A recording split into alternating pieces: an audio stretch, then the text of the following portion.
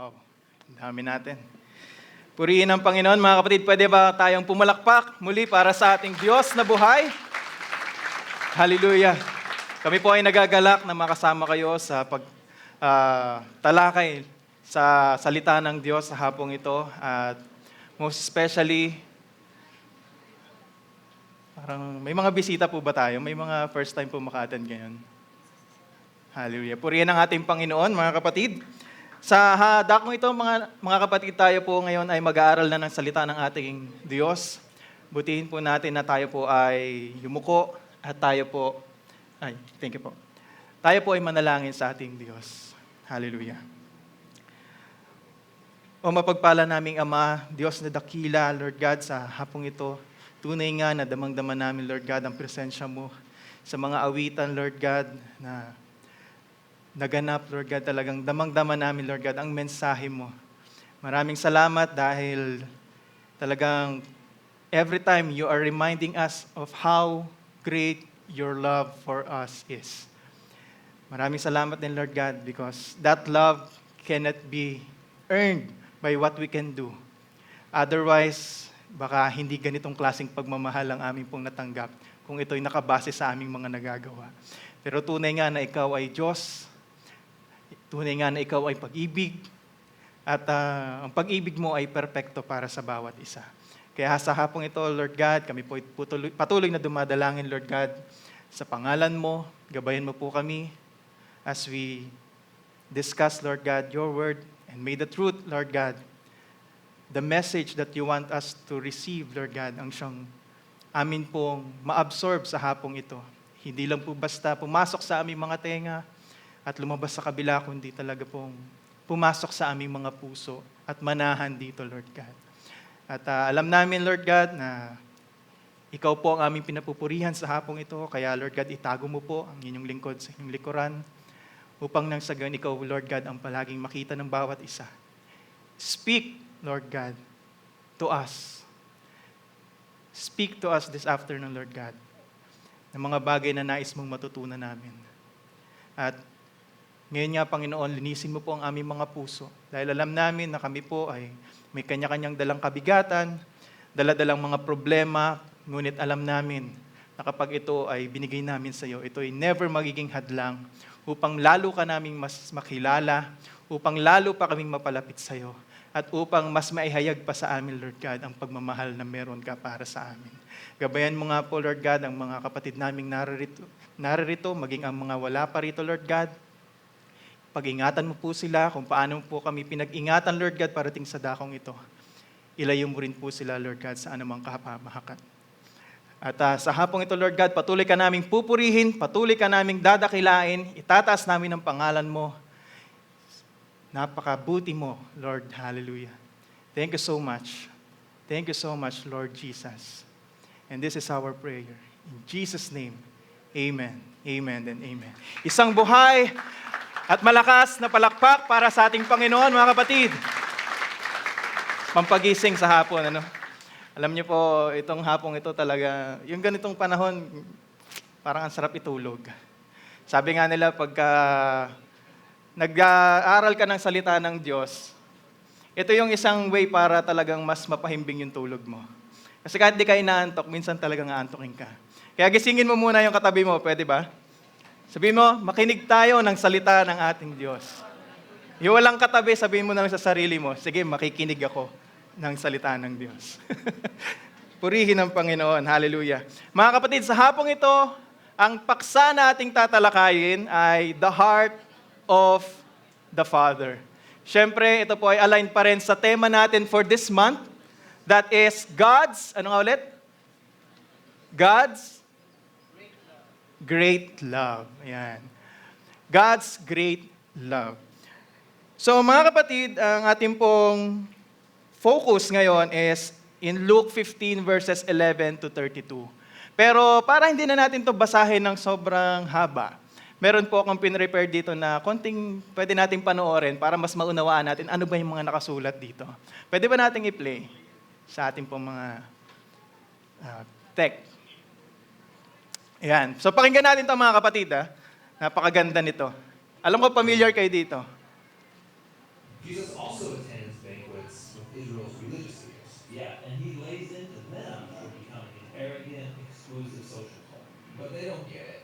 tells them a famous parable that goes like this. There was a father who had 2 sons. The older son is trustworthy and honors his father. And the younger son, he's a mess. He rebels and cashes in his inheritance to travel far away and blow it all on partying and being stupid. And then there's a famine. And he runs out of money. So he has to scrape by taking care of somebody's pigs. And he's so hungry he wants to eat the pig slop. At which point it occurs to him, if I'm going to be a farmhand, I might as well go home and work for my dad. At least I won't be eating pig food. So he treks back home, rehearsing his apology. Now, the father is certain that his son did not survive the famine. But then, one day, he sees someone walking down the road. It's his son. He's not dead. And so the father runs to him and embraces his son, kissing him all over. The son starts his speech. Dad, I don't deserve to be your son. Maybe I could come and work for you.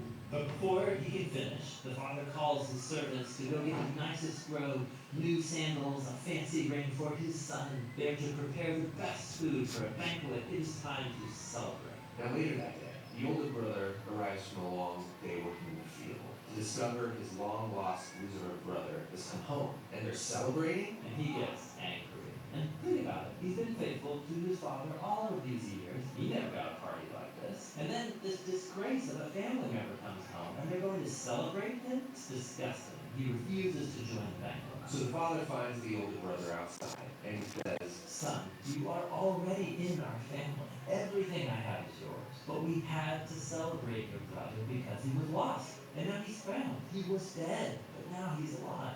Jesus wants the religious leaders to see the outsiders the way God sees them, as sons and daughters that are being reclaimed from death. Jesus' kingdom community was wide open to anybody. The only entry requirement is to humble yourself and recognize your need for God's mercy. And so the religious leaders' rejection of Jesus and his crew is actually a rejection of the God of Israel. Palakpakan natin ang ating Diyos. Familiar ba kayo dun sa story? It's the story of the parable of? Ayan. So, the parable of the prodigal son. Alam ko marahil gasgas na yung parable na ito. Palagi nyo ito napapakinggan. At minsan pa nga, baka natawag na rin kayong ganito ng inyong mga magulang. Kadalasan, tinatawag tayo ng mga magulang natin, yan na naman yung prodigal son na, bumalik na. Ang pinupunto nila, yung anak nila na matagal na umalis or nawala, sabihin na natin, naglayas, tas biglang bumalik. Pero alam niyo po, the term prodigal, medyo bumabaw na kung ganun yung pananaw natin. Napakabigat po pag sinabing prodigal son ka during this time. No? It means shame to the family na kinabibilangan mo. Because mamaya tatalakayin natin ano ba yung kaibahan ng mga umalis lang sa bahay nila tapos bumalik. Doon sa talagang tinatawag na prodigal. No? So please bear with me mga kapatid. At ngayon po, bago ko tumuloy sa atin pong paksa, meron lang akong bibigay sa inyong konting trivia. Napanood niyo naman siguro, naintindihan niyo ba yung sinasabi doon? Naintindihan niyo po yung kwento, yung parable. Nakita niyo po ba doon yung dalawang may sakit? Alam niyo ba na yung dalawang anak nun ay may sakit? Hindi niyo alam. Actually, yung sakit nila, sakit din natin. Kasi, alam niyo po mga kapatid, yung trivia ko for this day, lahat ng tao may sakit sa puso. Naniniwala po, sino naniniwalang lahat ng tao may sakit sa puso? Wala naniniwala? Sa utak. Sa utak pala yung iba. Pero alam niyo po mga kapatid, lahat ng tao may sakit sa puso. Sabi nga sa Bible, the heart is the deceitful above all things. So lahat tayo meron tinatawag na heart issue. At bibigay ko sa inyo yung dalawang klase ng puso na may sakit. No? Yung una, makikita natin yan doon sa parable, ito yung pusong malayo sa Diyos. Malayo sa Diyos. Sa tingin niyo, ano yung pangalawa? Ano yung pangalawa? Yung pusong malayo sa kanyang kapatid. Sabi niyo nga, pusong malayo sa Diyos. Pusong malayo sa kanyang kapatid. O ngayon, tatanungin ko ulit kayo. Naniniwala ba kayo na lahat ng tao may sakit sa puso? Sabi ko sa inyo eh. Purihin ang ating Panginoon. Palakpakan natin ang Diyos na buhay. Now, sabi ko nga mga kapatid, lahat ng tao may sakit sa puso. Would you believe me na habang binabasa natin to, habang pinapanood natin to, makikita natin at alam natin na yung actions ng prodigal son is hindi yon impulsive. Ibig sabihin, hindi yon out of a sudden, all of a sudden, nag-decide siya na lumayas na lang. Naniniwala ba kayo? Ako naniniwala ko na yung tao, before siya mag-come up sa sinasabi niya maglalayas siya, meron na yung mga paunang, kung sabi nga, sintomas. No? Marami siyang nararamdaman, marami siyang nararanasan, at marami na siyang hinaing sa buhay. Kaya siguro yun yung naging reason, hindi niya na makayanan, hindi niya na matiis, kaya layas siya. So, walang kilos ang tao ng all of a sudden. Lahat po yan, is merong pinanggagalingan. At nakikita natin that in this parable, yung problema talaga nating mga tao, yung puso natin. Kaya nga yung tatalakayin natin ngayon is, ano ba yung klaseng puso meron yung ating Diyos Ama? Para maunawaan natin on how we will conduct ourselves. How our hearts should be. Interesting ba? Sige, mga kapatid. Let's go on. So, himay-himayin natin yung the parable of the lost son. Sabi diyan, Jesus continued. There was a man who had 2 sons. The younger one said to his father, "Father, give me my share of the estate." So he divided his property between them. Not long after that, the younger son got together all he had, set off for a distant country, and there, sabi diyan, squandered. Ito na yung sinasabi ko kanina. Yung prodigal son is not someone who just wandered off. Ibig sabihin yung umalis lang, pumunta lang sa ibang lugar, parang nagbakasyon lang. Sino yung nakaranas na magbakasyon? Bumalik din ba kayo sa bahay ninyo? Yan, parang gano'n na yan, no? Gano'n na lang yung term natin ngayon kung paano natin gamitin yung prodigal son. Pero noon, someone who is squandered, not just wandered, yung pinatutukulan ng isang prodigal son. Squandered his wealth in wild living. Sino dito nakakaalala ano yung ginawa niya? Doon sa nakuha niyang yaman, mana, winaldas niya sa mga walang kapararakan na mga bagay. And someone who squandered his wealth, siya lang yung nakakagawa ng ganun. Na mga kapatid, gusto kong makita niyo muna ito. Bago tayo pumunta sa mga susunod pang talata. Noon, para makuha mo yung mana mo, kailangan patay na yung magulang or yung magpapamana sa'yo. Di ba? Tama ba, attorney? Para makuha mo yung mana mo, kailangan mamatay muna yung magpapamana sa'yo. Tapos may papatupad na yung last will and testament niya. Kung ano man nakasaad doon, yun yung pupunta sa'yo. And during this time, mga kapatid, to tell you something about the culture that time, yung panganay na anak will inherit 2/3. Halimbawa, kung dalawa lang sila, 2/3 of the family or the wealth na mamanahin nila in total. So in short, yung minana nitong younger brother or younger son is 1/3 ng yaman ng kanyang ama. Pero hindi mangyayari yon, hindi niya makukuha yon hanggat hindi namamatay yung kanyang ama. Pero dito nakita natin, natupad ba yon? Actually, hindi. Kasi nakuha niya na yung mana niya, buhay pa yung tatay niya. Bakit binigay ng tatay niya sa kanya? Nuggets niyo po ba? Di ba kayo nagtataka? Di ba yung mana nakukuha pag patay na? Pero bakit dito buhay pa? Nakuha niya na. Pero tingnan din natin mga kapatid. Saan siya pumunta? Anong ginawa niya doon sa nakuha niyang mana? Not long after that, the younger son got together all he had. and set off for a distant country. Bakit kaya distant country? Pwede namang out of town lang. Tayo pag nagbabakasyon, out of town. Pag ikaw nag-out of the country ka, parang grabe, no? Nakakaluwag-luwag. China all. Ganyan tayo. Pag nakakita tayo nagbabakasyon sa ibang bansa, alam natin na hindi biro yung gastos. Tama po ba? At pag sinabi natin nagbakasyon sa ibang bansa, en grande.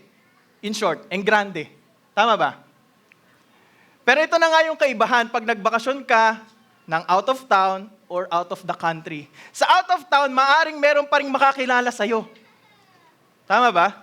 Halimbawa, ano bang karatig na city ng Marikina? O, sabihin na natin Pasig. O, halimbawa, nagbakasyon ka lang sa Pasig. Sa tingin mo, mayroon kayang mga taga Marikina kang kakilala na makakikilala ka doon or mamimit ka doon? Possible. Pero for them to meet you in another country, it's almost a little chance. Napakalit ng chance na magkita kayo. Tama ba? Tama po ba mga kapatid? Amen po ba? May kausap pa ako. Ang dami natin pero parang walang sumasagot. Mga espiritu ba ito mga ito? Tingnan natin muna. Tama ba mga kapatid? Amen po ba? Sa tingin nyo, bakit kaya in a distant country nagpunta itong younger son? Para hindi po makita ng ibang taong nakakakilala sa kanya kung paano niya lulustayin yung kayamanan na meron siya. Kasi alam niya sa sarili niya na nakakahiya yung way kung paano niya ito gagastusin. It's because of shame. Kaya ayaw niya na sa malapit lang. Kasi baka nga naman mai-report sa tatay niya. Di ba? Kaya talagang nagpakalayo-layo siya. Sabi siguro niya, hahanapin ko muna yung sarili ko. Sa Japan. Sa Korea. O kung saan man, mga kapatid. Pero ang totoo nito, mga kapatid, nagtatago siya. Bakit? Kasi alam niyang nakakahiya yung gagawin niya. Para makabuelo siya sa kanyang mga maling gawain. In short, talagang intention niya, mga kapatid, na lumayo sa kanyang ama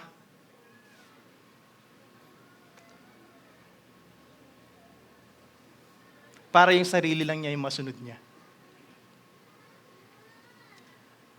Meron ba kayong naaalala mga taong ganito? Ako naalala ko yung sarili ko. Mamaya. Unawain pa nating mabuti ito mga kapatid. Sa susunod, sabi diyan, after he had spent everything, there was a severe famine. Ito na yung nakakalungkot dito. In that whole country. And he began to be in need. So he went and hired himself out to a citizen of that country. Ibig sabihin, namasukan siya. Sabihin natin, nagpaalila siya, nagpaalipin siya. At ang trabaho niya ay to feed pigs. Dahil wala na siyang pera, siguro naubos niya na yung yaman niya. Wala na siyang ibang malapitan kasi wala naman siyang kakilala doon. Nagpakasasa siya doon. Yung mga nilibre niya siguro, yung mga kausap niya, yung mga naging friends niya doon, tinalikuran na siya kasi wala na siyang pera. Maring ganito no? We don't know. Pero the bottom line, naubos lahat ng meron siya. At dahil wala na siyang hawak na kahit anong pambili niya ng pagkain, he find a way to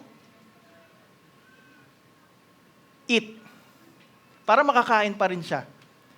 At naging tagapag-alaga nga siya ng mga baboy. Verse 16, he longed to fill his stomach with the pods that the pigs were eating. Nakakita na ba kayo ng pagkain ng baboy?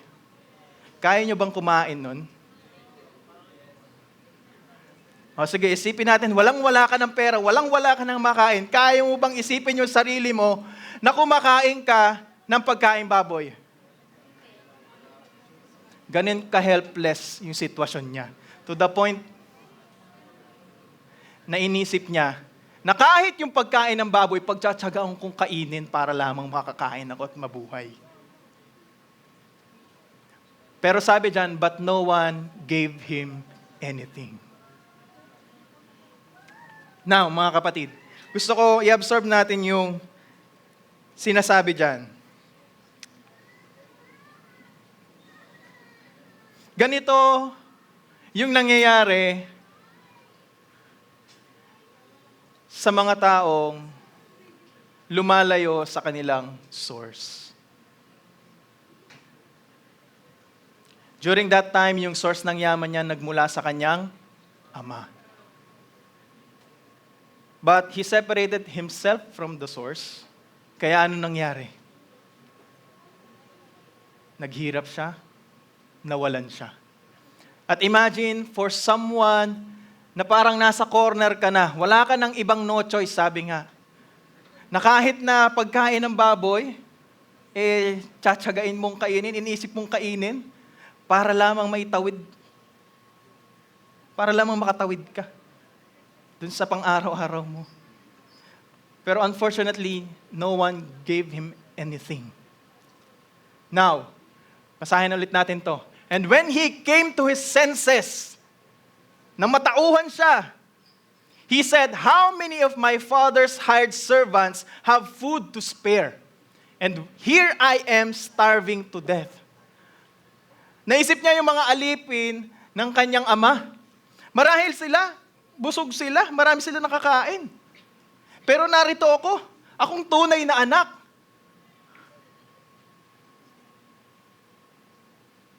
Halos mamatay na ako sa gutom.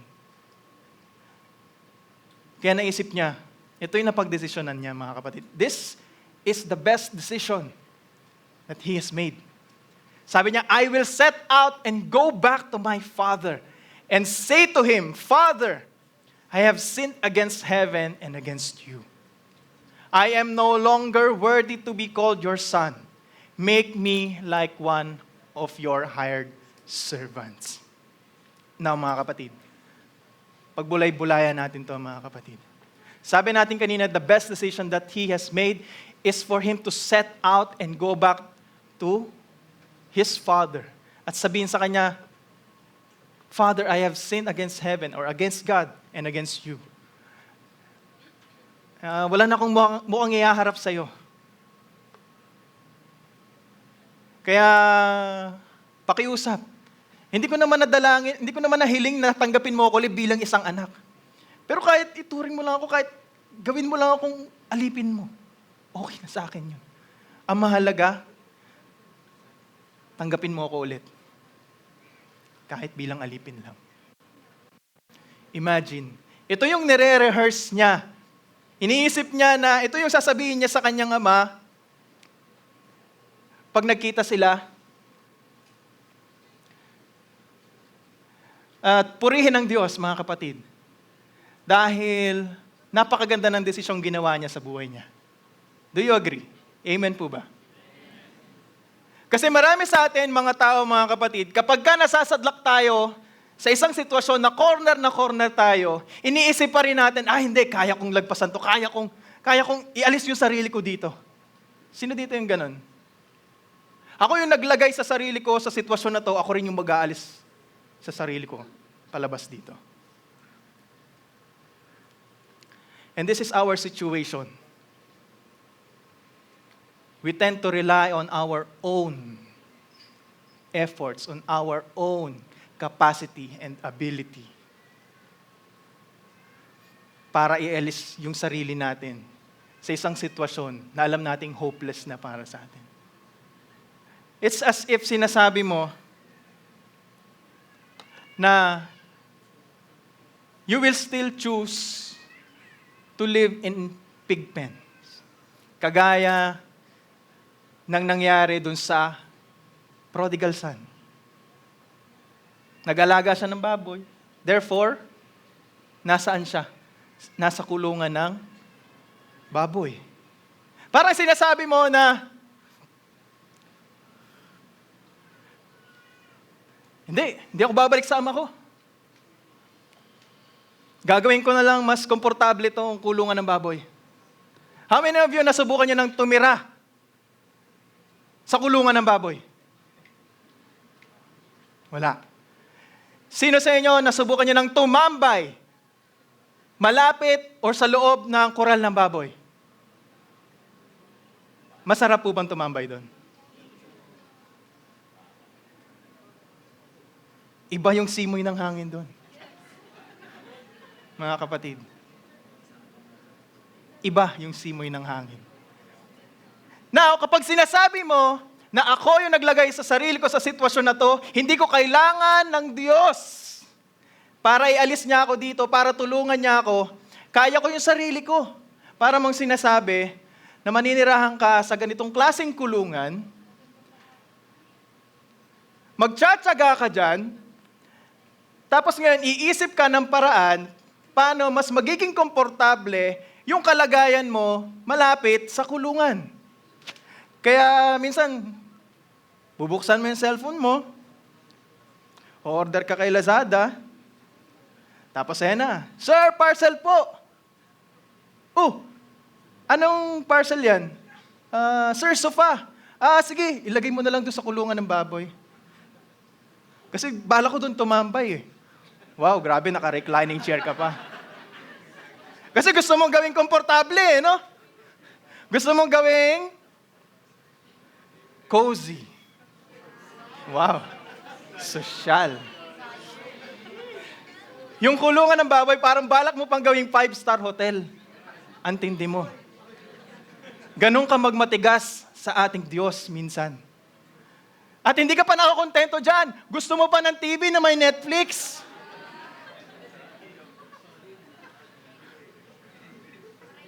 Another star yan. 6-star na yata yan. At hindi ka pa nakontento, mas gusto mo pang lagyan ng aircon, mga kapatid. Ang sosyal mo.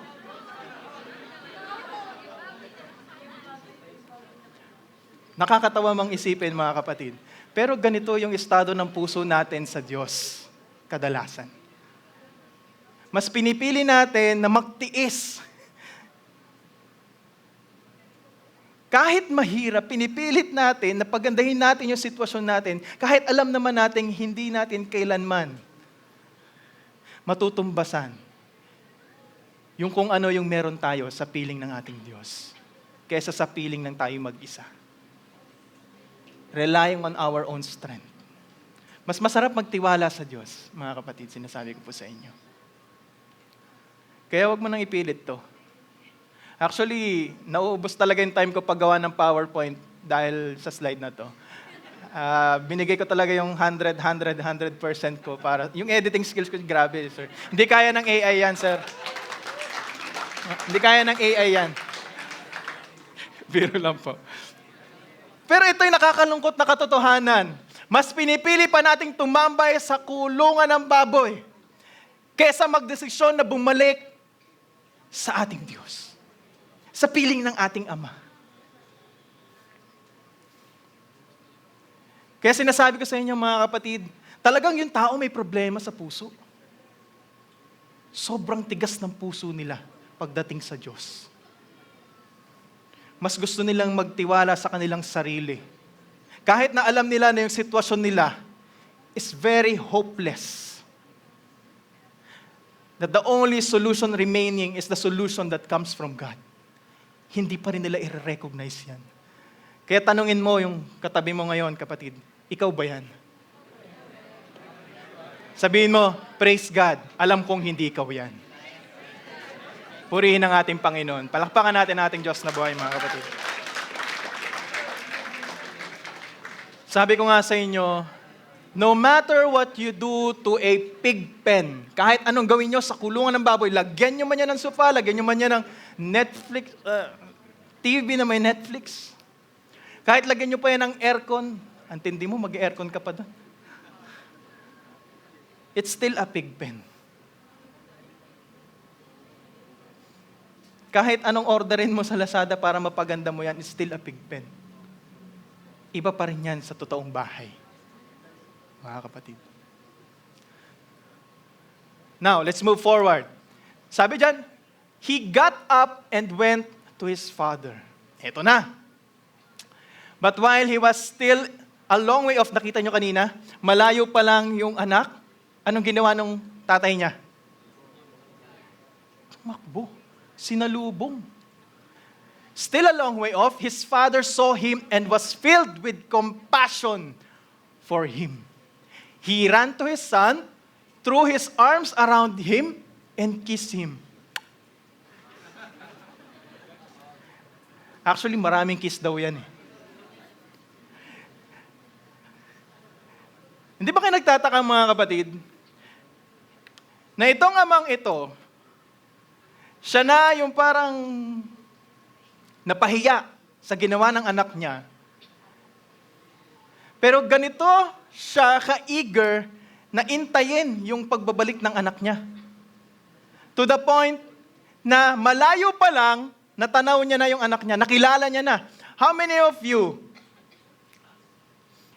ang kayang magsabi na yung taong hindi nyo iniintay, kaya nyo makilala kahit na matanaw nyo lang sila sa malayo? Ang makikilala nyo lang dito mga kapatid, yung talagang iniintay ninyo. Someone that you miss so much. Someone that you love so much. This is the case for the father. Ganon siya ka-eager na intayin yung anak niya. Let's go on. The son said to him, "Father, I have sinned against heaven and against you. I am no longer worthy to be called your son." But the father said to his servants, eto na, hindi ba kayo nagtataka mga kapatid? Yung nirehearse niya for the longest time na sasabihin sa kanyang ama, hindi niya natapos. Alam niyo kung anong ginawa ng kanyang ama? Sabi niya, but the father said to his servants, "Quick! Bring the best robe and put it on him. Put a ring on his finger and sandals on his feet." Hindi pa tapos sa sasabihin yung anak niya, eto na yung tatay. Wini-welcome na siya.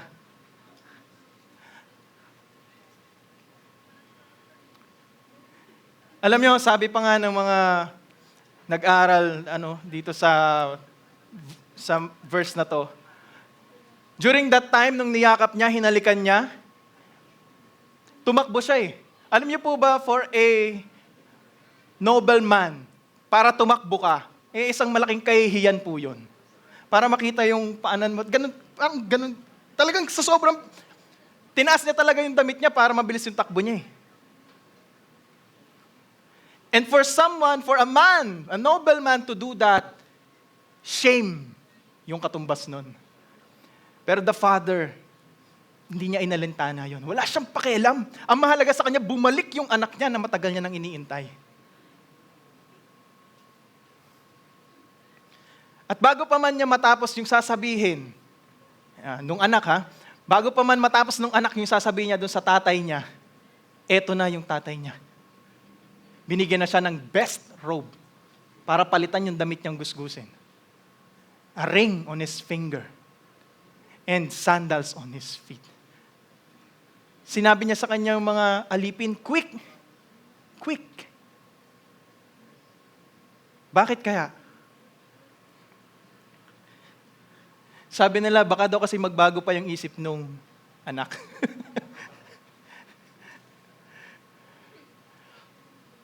Sabi nila. Baka mahipa ng hangin. O gusto ko ulit bumalik doon, kain na lang ako ng pagkain ng baboy. Baka yun yung cravings niya. Baka kasi ganun Ha? Are you with me mga kapatid? Are you still with me? Hallelujah. Now, ito yung sinasabi ko sa inyo.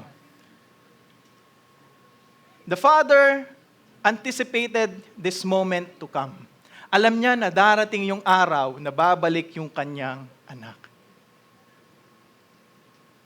At ngayon niya na naganap na ito, hindi niya palalampasin yung pagkakataon para iparamdam sa kanyang anak na mahal pa rin niya ito sa kabila ng kanyang mga nagawa. Alam niyo po mga kapatid, tingnan niyo yung sinasabi dyan. Tandaan niyo, best robe, the ring, and the sandals. Mamaya, babalikan natin yan. Sabi dyan, the best robe, a representation of status. This was his way of saying, I am restoring my son to the original position as though he never left home. Alam niyo po, yung dungis, yung maduming damit nitong prodigal son symbolizes his old life. Ito yung dati niyang buhay na malayo sa Diyos, puno ng kasalanan.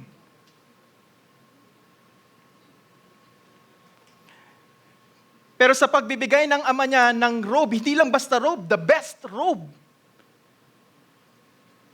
Parang sinasabi niya, yung anak kong ito, I will restore him to his original position na parang walang nangyari.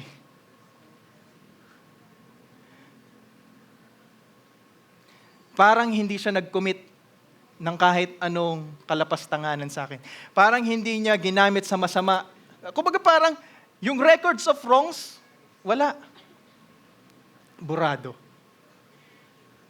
It's not just a robe, mga kapatid, but it is a representation of status. The restoration of the prodigal son into being son again that never went his way off.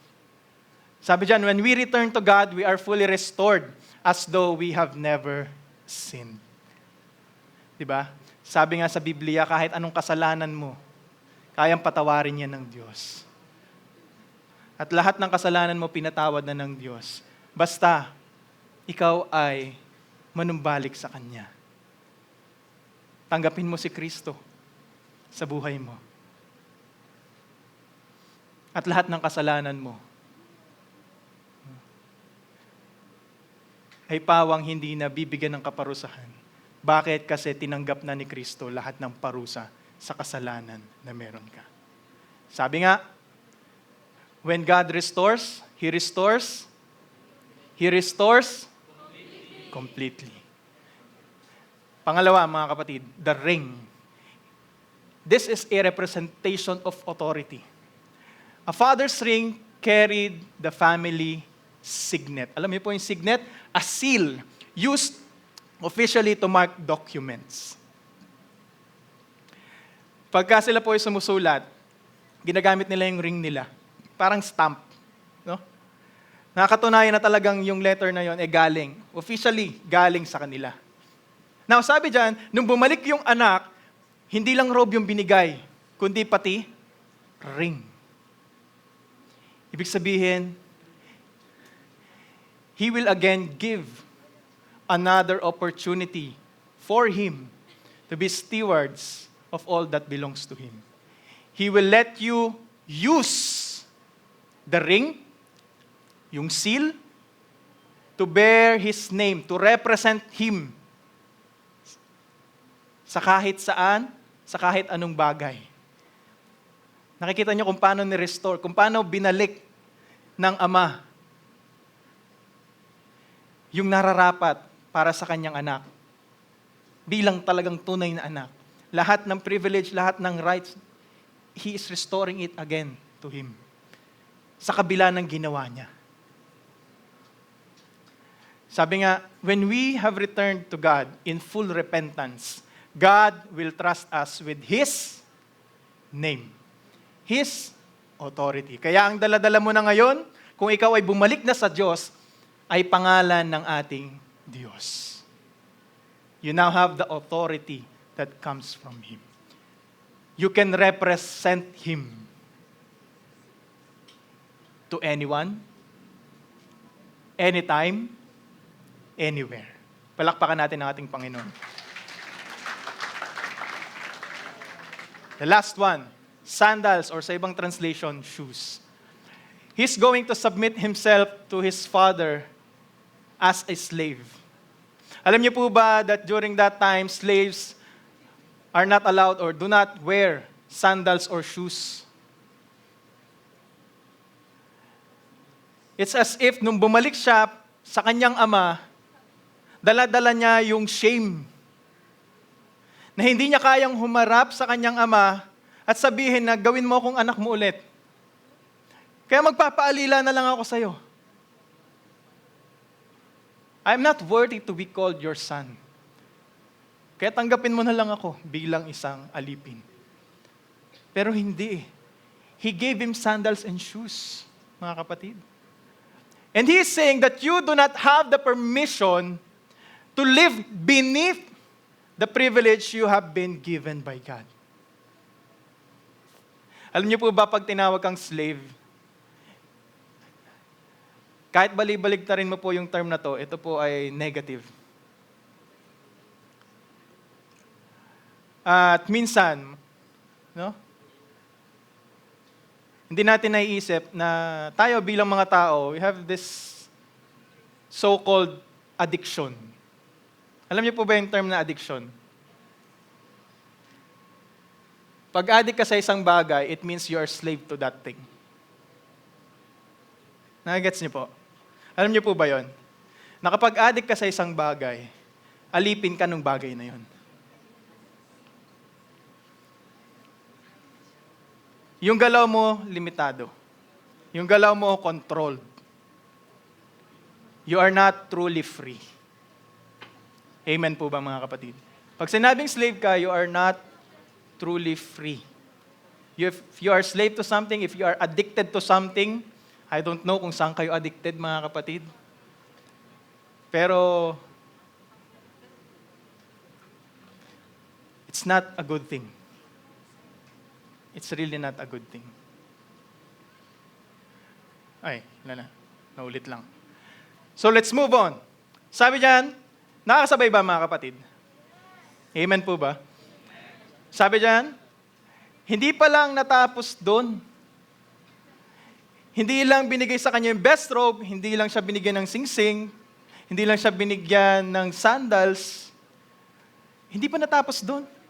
Sabi ng tatay niya, bring the fattened calf and kill it. Let's have a feast and celebrate. For this son of mine was dead and is alive again, was lost and is found. Take note, yung was at saka yung is. Sabi niyan, so they began to celebrate. So, balikan natin yan. Napakaganda nito, mga kapatid. Alam niyo po ba that instead of his father preparing a feast for him, ang naghihintay talaga dun sa anak niya, sa pagbalik niya, supposedly, was punishment. And that punishment is being stoned to death. Pero instead, a feast was prepared for his son, for his most awaited return to his father's arms.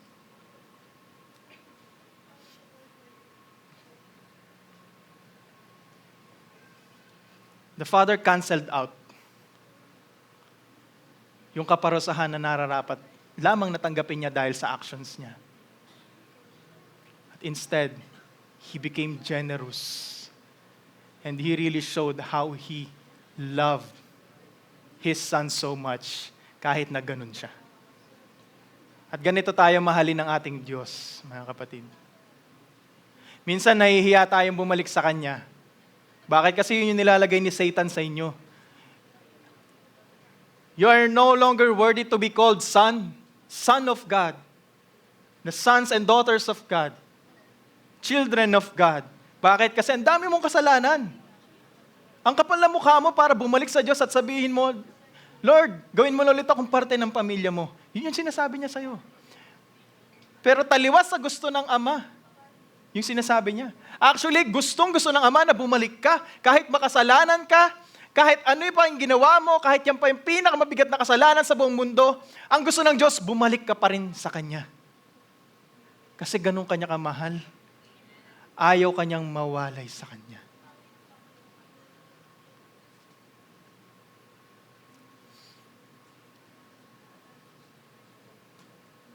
Pinaghanda ka pa niya ng feast.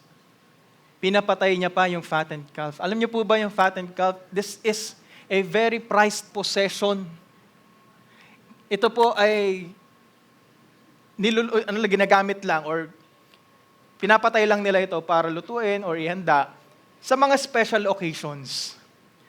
And this time, Jesus is telling us that for the Father, in that parable, this is a very special occasion.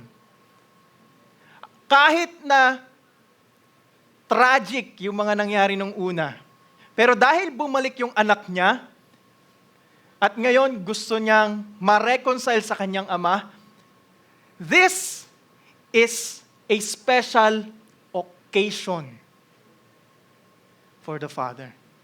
And most specifically, for God. Kaya nga isang kaluluwa lang mga kapatid. Yung piliin na manampalataya sa Diyos. Piliin na sumunod sa Diyos. Tumanggap sa Kanya. Libu-libong mga anghel ang nagpupuri. Buong kalangitan nagagalak. Kaya wag nating mamaliitin mga kapatid. Yung isang buhay na nai-invite natin dito every time. Alam niyo po, open na po yung ating overflow. Kung dati nagpipigil tayo mag-invite, pwede na po kayo mag-invite. Punuin natin yung ating worship center. Isang kaluluwa lang mga kapatid ang maakay natin. Grabing tuwa, grabing galak ang meron sa langit. Palakpakan natin ang ating Diyos. Imaginein mo, nung time na tinanggap mo ang ating Diyos sa buhay mo, ang Panginoon, Hesukristo sa buhay mo. It's the same nung tinanggap mo siya sa kung ano yung mangyayari sa mga taong tatanggap pa sa Kanya. Kung paanong nagsaya, nagalak ang langit. Nung ikaw ay tumanggap sa Diyos, ganun din magagalak yung langit kapag meron pang iba na tumanggap sa ating Diyos na buhay. So the Father's willingness to sacrifice the fattened calf for His returning Son highlights the joy in heaven over one sinner who repents. Kaya pag meron kayong nakitang mga tingin nyo sinner, tingin nyo sila pa yung hindi tumatanggap sa Panginoong Diyos, huwag nyo silang iiwasan mga kapatid, please lang. Huwag nyo silang i-condemn, lalo na. Bagkus iparanas nyo sa kanila mga kapatid, yung pagmamahal ng Diyos, na minsan, ikaw rin ay inabot. Now, God is waiting for you. Kung ikaw yung tao na hindi mo pa tinatanggap yung Diyos sa buhay mo, God is waiting for you. Hindi po ito planado namin. Kundi planado po ito ng Diyos. Kung ngayon naririnig mo tong mensaheng ito, para sa iyo to, kinakausap ka ng Diyos. Matagal ka na niyang hinihintay, kapatid. Matagal ka na niyang gustong makapiling. Kahit nagmamatigas ka, kahit mas pinipili mong tumira sa kulungan ng baboy, ang gusto ng Diyos, makapiling ka pa rin. God is really waiting for you. Meanwhile, eto na. The older son was in the field when he came near the house. Yung unang anak, mga kapatid, siya yung merong puso na malayo sa Diyos. Malayo sa Ama. Itong pangalawang anak, siya yung merong pusong malayo sa kanyang kapatid. At makikita rin natin that somehow, medyo malayo rin yung puso niya sa kanyang ama. Mamaya malalaman natin mga kapatid. So he called out one of the servants and asked him what was going on. Nagtaka siya kasi pagbalik niya, meron siya nakitang meron siyang narinig na music. At talagang merong nagsasayawan. Parang merong celebration. Sabi niyan, "Your brother has come," he replied, "and your father has killed the fattened calf, because he has him back safe and sound." In this instance, yung fattened calf, ginamit siya for celebrating the coming back of the son, the prodigal son. He came back safe and sound. Now, sabi diyan, the older brother became angry. and refused to go in. So his father went out and pleaded with him. Napapansin niyo po ba, nung una, ang tawag dun sa isang kapatid is older son. Pero yung tawag na dito sa dulo is older brother. Do you see the contrast? Nakikita niyo po ba? Sa verse 25 and verse 28, the older son and the older brother.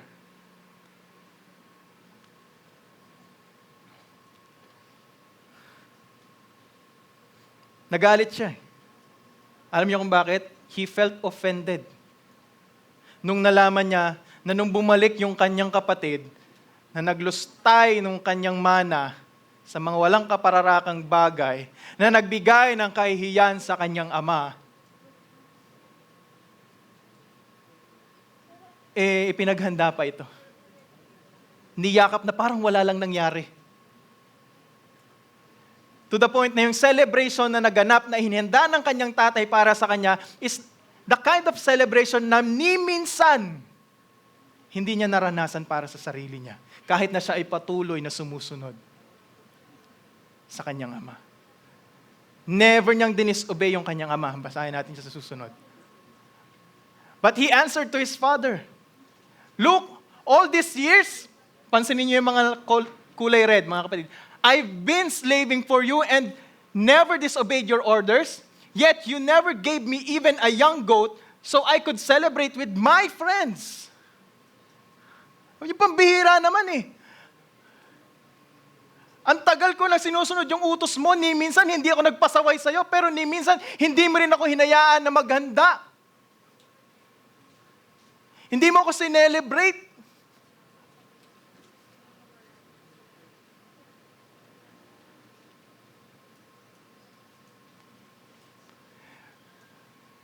But when this son of yours who has squandered your property with prostitutes comes home, you kill the fattened calf for him.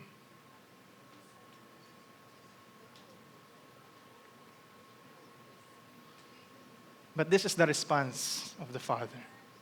"My son, you are always with me.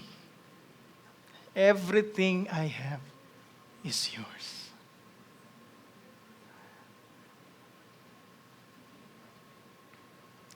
Do you remember some people dito sa older brother or the older sons?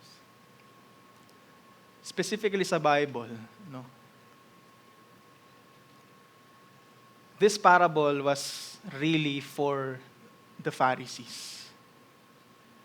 Kasi alam niyo po, nung nagmimisyon ng ating Panginoong Jesucristo, napapansin nila na palaging ang sinasamahan niya yung mga makasalanan, mga taxpayer. Anong klaseng tao yan? Anong klaseng Mesaya yan? Sinasamahan lang niya. Kumakain siya sa pagkainan sa isang kasama yung mga makasalanan. Samantalang kami na patuloy kaming sumusunod, patuloy kaming... Nagets nyo? Nagets nyo po ba, mga kapatid?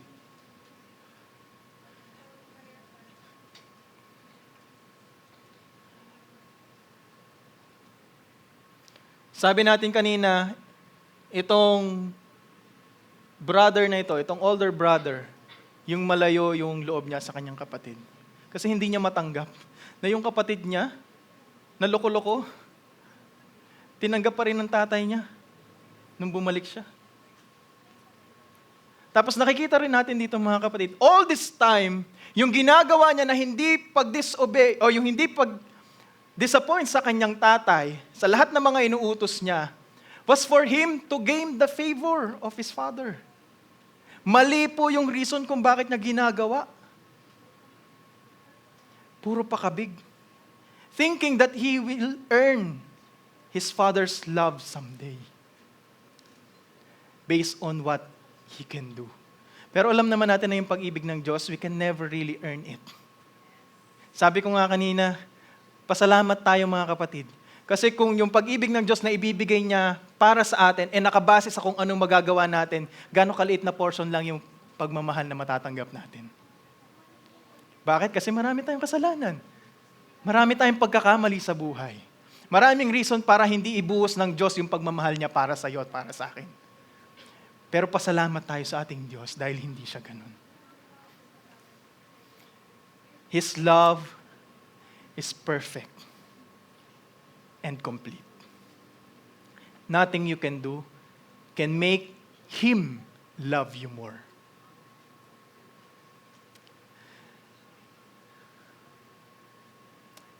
Nakita niyo na mga kapatid. At some point, kahit kasama niya palagi yung tatay niya, hindi niya talaga naunawaan kung ano yung magpi-please sa tatay niya. Hindi niya naaaro kung ano yung laman ng puso ng tatay niya. Kaya ganun yung mindset niya. That I will do this, I will do that. Para ma-recognize ako ng tatay ko, para ma-win ko yung heart niya, or para dumating yung panahon, ipaghanda niya rin ako. Or magawa siya ng ganitong bagay para sa akin. No. Nakakalimutan niya. That was the only time na bumalik yung kapatid niya. And that is a reason enough to celebrate. And yet, he is killing the mood of the celebration. Bakit? Kasi yung puso niya matigas pa rin. He is missing out that all this time, sabi ng tatay niya, you are always with me. Lahat ng meron ako, sa'yo rin. Hindi mo na-appreciate, mga kapatid. Minsan, masyado kang nakatingin sa buhay ng ibang tao, kung paano sila pinagpapala ng iba, kung paano yung changes na nangyayari sa buhay nila, kung paano kumikilos yung Diyos sa buhay nila, na parang ikaw matagal ka ng mananampalataya, gusto mong maranasan din yung ganon, tapos never mo na-realize, napakapalad mo kasi hindi mo pinagdaanan yung pinagdaanan nila. For you to know God, for you to experience His love. Actually, napakaganda na pagkakataon ito na magpasalamat tayo sa ating Diyos. Kasi maraming mga tao dyan, they have been through hell. Sabi nga nila, nasa lupa pa lang sila, pero para silang nasa impyerno na dahil sa buhay na meron sila, sa naranasan nila, sa hirap na meron sila. Pero ikaw ngayon, ang ganda ng estado mo, hindi ka lang napaghanda ng konti, nagtampo ka na kagad. Naiinggit ka dun sa mga tao na grabe kung binago ng Diyos.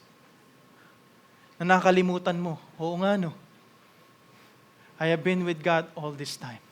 I should be thankful na marami akong hindi naranasan na pasakit at pahirap kagaya ng aking mga kapatid. Kaya nga dapat magalak ka pa eh. Kasi kahit yung kapatid mo na ganun yung dinanas, nanumbalik sa piling ng ating Panginoon. Kaya sinasabi niya sa mga Pariseo, huwag kayong ganyan.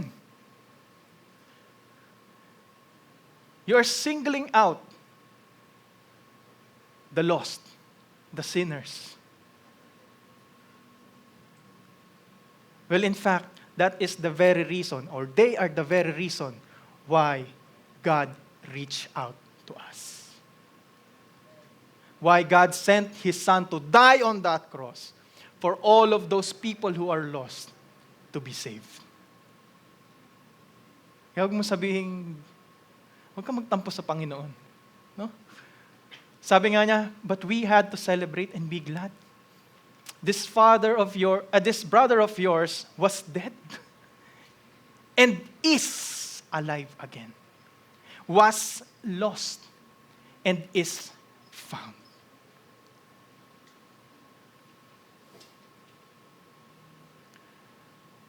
I guarantee you, mga kapatid, when you seek the Father's heart,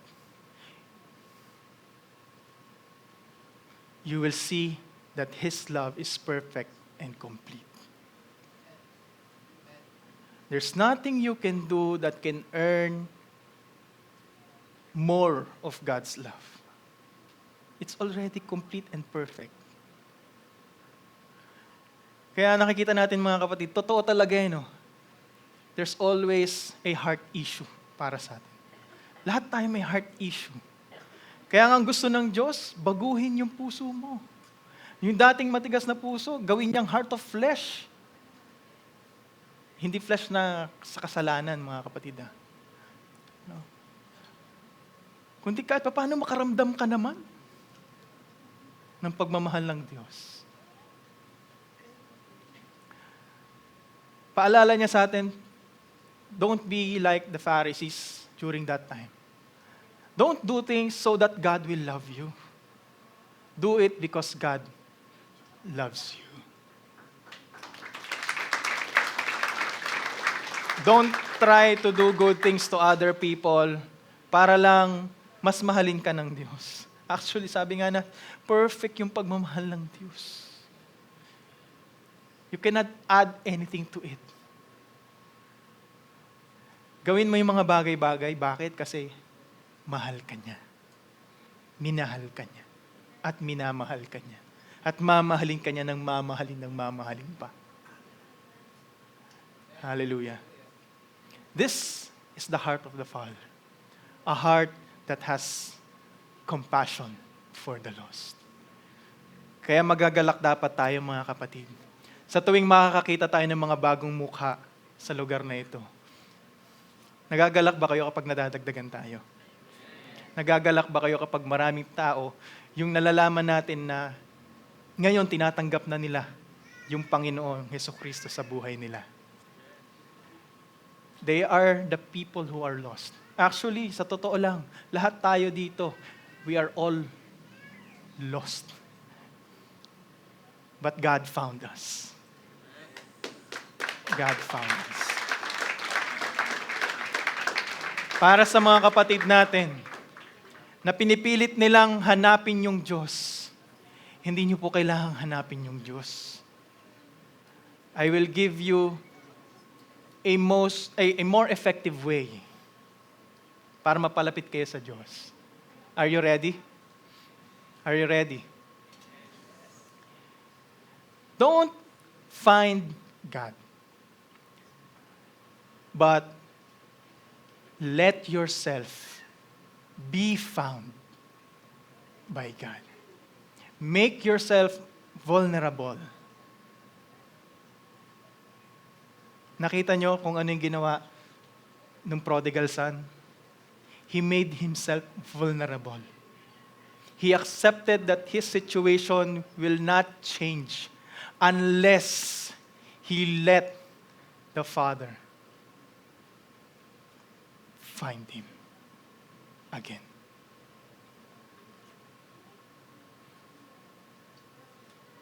To tell you, mga kapatid, matagal ka nang iniintay ng Diyos. At ngayon na narinig mo yung mensaheng ito, huwag ka na mag-atubili. You accept Him in your life. You reconcile yourself to the Father.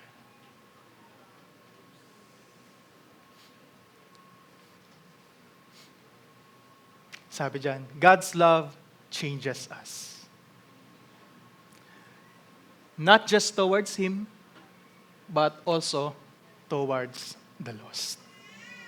Kung at some point, kagaya ko rin kayo, mga kapatid, na minsan, nagtatampo ako sa Diyos kung bakit ganun yung ginagawa niya sa buhay ng ibang tao. Bago lang naman itong nakakilala sa Kanya. Bakit grabe yung blessing sa Kanya spiritually? Bakit grabe yung blessing sa Kanya sa family, sa relationships, sa finances? Bakit ganun? Ako, ang tagal ko nang nananampalataya sa Diyos, lahat naman binibigay ko para sa Diyos eh. Kung kagaya nyo yung puso ko din dati, please, make God show His love for you. Make yourself vulnerable. Because God's love changes people's lives. It changes our attitudes towards Him and our attitude towards those who are lost. Kaya alam niyo po, maraming mga tao, they are selfish before. But when they encountered God in their life, they began to care for their neighbors. Yung neighbors po, those people other than yourself. Ibig sabihin, nagkaroon ka ng pakialam, hindi na lang sa sarili mo, kundi para dun sa mga tao sa paligid mo. Most specifically, yung mga taong hindi pa nakakakilala sa Diyos. Those people who are not yet reconciled to God. The heart of the Father has compassion for the lost. If you want your heart to be changed, you let God's love change it. You let Jesus Christ in to your life. In every aspect of it. Lahat ng aspeto, huwag ka na magtira. Huwag ka na magtira. Ibigay mo na sa ating Panginoong Hesukristo yan. And you will be amazed of what He can do in your life. He will change your attitude towards God and He will change your attitude towards the lost.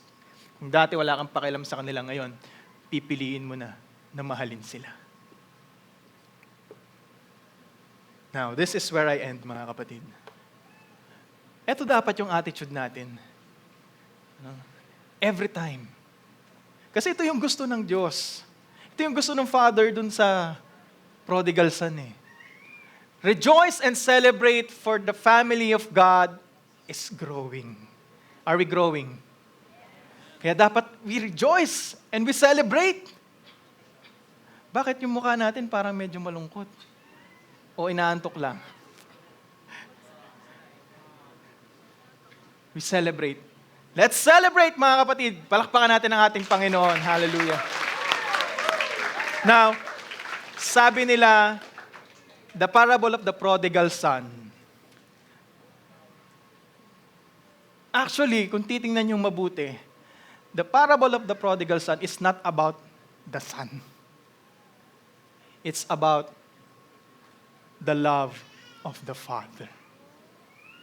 Tingnan nyo mabuti, mga kapatid. Kaya marami talaga, sabi nila, gusto nga nila palitan talaga yung title nito. Kasi ang hina-highlight talaga doon, hindi kung ano yung nagawa nung son, kundi kung ano yung ginawa nung Father sa kabila ng mga nagawa nung kanyang mga anak. Kaya sana, mga kapatid, sa kabila ng mga nangyari sa atin bilang mga anak ng Diyos, huwag nating tingnan lahat yun.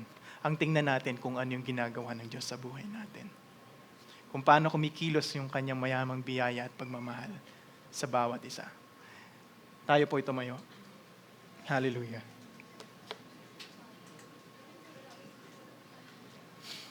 Purihin ang ating Panginoon sa hapong ito. Tayo po'y manalangin. O mapagpala naming Ama, Diyos na dakila, Diyos na tunay na kahanga-hanga, tinataas ka namin, Lord God, sa hapong ito. Tunay nga, Lord God, na walang kapantay ang pag-ibig na meron ka para sa amin. At maraming salamat, Lord God, na hindi mo pinagkait ang ganitong klaseng pag-ibig sa bawat isa sa amin. You showed us your heart, kung ano ba talaga yung laman nito. And now we have an idea, Lord God, of what you want, what your will is.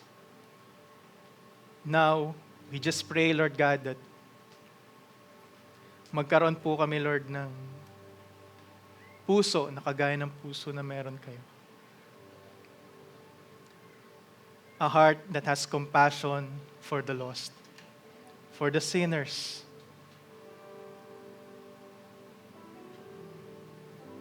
A heart that focuses on you, not on us.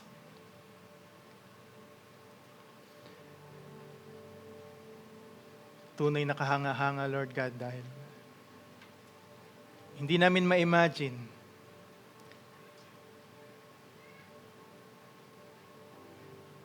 that you embraced us, that you have restored us, Lord God,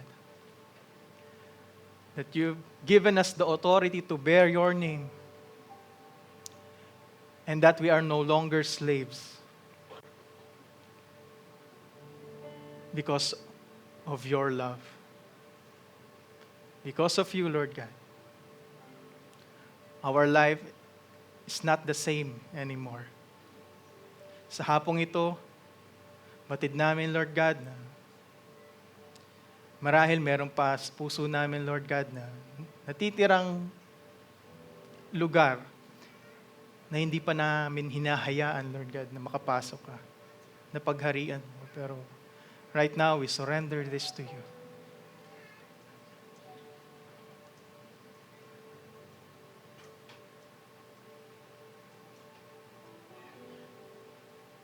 Wala na po kaming ibang hihilingin, Lord God.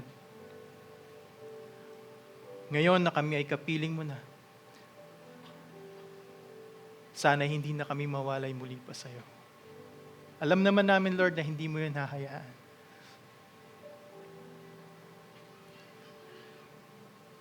Alam namin na hindi mo kami pababayaan. Kaya't ang dalangin namin, Lord, is magkaroon kami ng buong pagtitiwala sa iyo.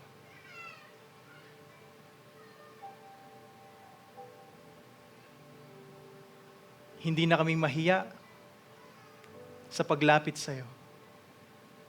We surrender everything, Lord God. We acknowledge that we are defeated, we are broken, we are sick, and we need your help, Lord. Hallelujah. Sa hapong ito, huwag mo pong hayaan na umalis kami dito sa lugar na ito na hindi namin nadarama yung dakilang pag-ibig mo para sa amin. Comfort us, Lord God, with your Holy Spirit. Now that we have accepted Christ as our Lord,